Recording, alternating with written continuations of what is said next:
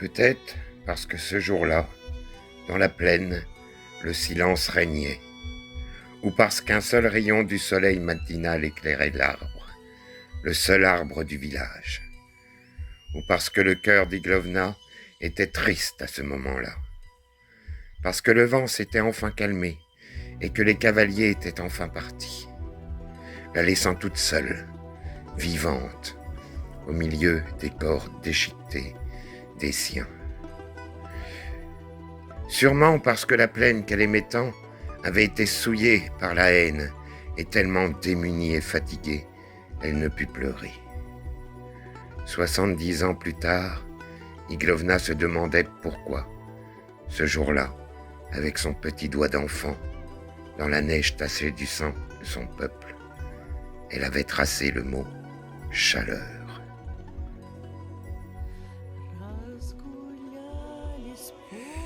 Iglovna était devenue une vieille dame convenable, comme l'on dit à Paris.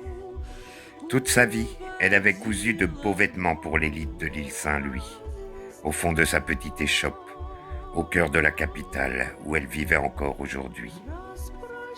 Ses mains en avaient tenu des métrages de soie, de velours et de passementerie. Ses beaux yeux verts en avaient fixé des boutons, des longueurs de ruban et du strass. Son cœur se souvient du jour où elle avait rencontré son Lucien. Ce fut un soir d'hiver. Elle traversa le pont de la Tournelle. Un fiacre avait failli lui rouler dessus. De panique, Iglovna avait lâché le paquet qu'elle allait livrer. Il le ramassa, et pour qu'elle se remette de sa peur, il lui proposa d'aller s'asseoir un moment, quelque part.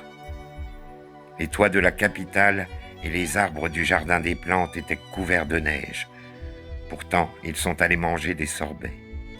Elle avait 20 ans et parlait à peine le français.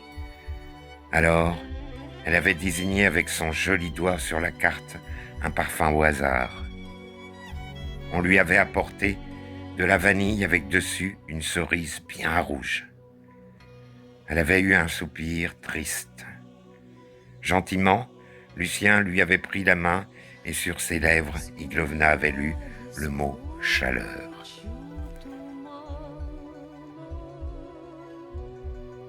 Longtemps, Iglovna resta plantée là, dans le silence glacial du cimetière, au milieu des tombes et des arbres décharnés. Sa fille était partie, mais elle avait voulu revenir parler, une dernière fois, seule, à celui qu'elle avait pendant toute leur vie commune appelé son petit tsar.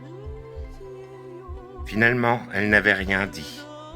Elle était restée de longues heures à fixer la tombe de Lucien, grelottante de froid et de tristesse. Ce fut un employé des pompes funèbres qui lui dit gentiment de rentrer, qu'elle risquait d'attraper froid. Elle lui avait souri, tristement, mais ne bougea pas. Ils posèrent sur le caveau la pierre blanche et mirent dessus les roses rouges qu'Iglovna avait apportées. Alors seulement, elle se mit à pleurer, et elle décida que sous le nom de Lucien, elle ferait graver le mot « chaleur ».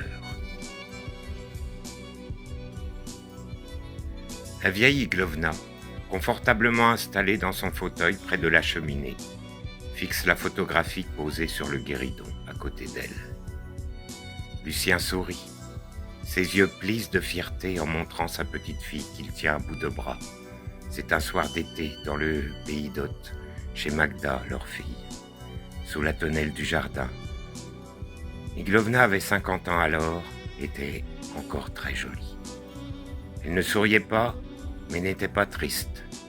Les lèvres à demi ouvertes, elle regarde amoureusement son petit tsar heureux de jouer avec le bébé. Bien que la photo soit en noir et blanc et que l'on ne voyait pas le vert de ses yeux, les ombres faisaient ressortir ses pommettes un peu saillantes et ce regard fort que possèdent les gens de l'Est, plein de fatalité et de chaleur. Iglovna fixa ses mains, ses doigts de vieille dame, un peu crochus et usés.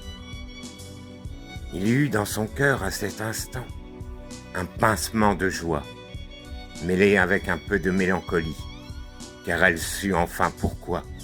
Elle lut dans le creux de ses paumes ce qui résultera de son geste d'enfant désespéré, de cette prière vers le ciel pour éclairer l'avenir, son avenir à elle et à sa descendance. Elle vit une image, une vision pour le futur de l'un de ses descendants. 3 ou 4 générations plus loin, il aura les yeux verts, les mêmes que les siens. Il aimera la neige et les flamboyantes clartés des jours finissant sur les cieux de l'hiver. Iglovna le voyait devant des feuilles de papier blanches et avec de l'encre rouge. Il parlera d'elle. Dans son récit, son cœur soupirera et à la fin de son histoire, il écrira le mot chaleur.